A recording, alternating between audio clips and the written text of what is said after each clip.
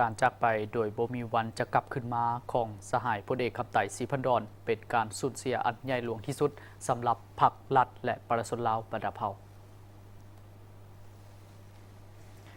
เพื่อแสดงความรู้บุญคุณอันลึกซึ้งและความอาลัยหักอันสุดซึ้งถึงสหายพลเอกคำไต่ศรีพันดอนอดีตประธานคณะบริหารงานศูนย์กลางพรรคอดีตประธานประเทศแห่งสาธารณรัฐประชาธิปไตยประชาชนลาวได้ถึงแก่มรณกรรมในเวลา 10:30 นาทีของวันที่ 2 เมษายน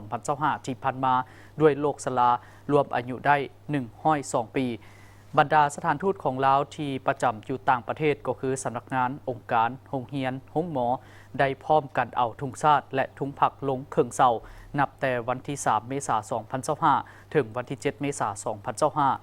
เพื่อเป็นการแสดงถึงความเคารพหักความกตัญญูรู้บุญคุณถึงคุณงามความดีของสหายพลเอกคำไต่ศรีพันดอนซึ่งแม่นหนึ่งในการนำหุ้นทบิตของพรรคประชาชนปฏิวัติลาวเป็นผู้นำในการจัดตั้งปฏิบัติแนวทางเปลี่ยนแปลงใหม่รอบด้านมีหลักการของพรรค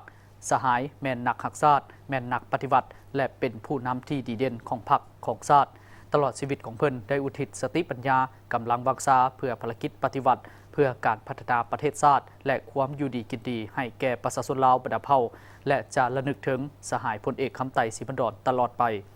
พิธีชาปนกิจศพระดับชาติจะได้จัดขึ้นในตอนบ่ายของวันที่ 7 เมษายน 2025 เริ่มแต่เวลา 13 โมงเป็นต้นไปที่เดินพระธาตุหลวงนครหลวงเวียงจันทร์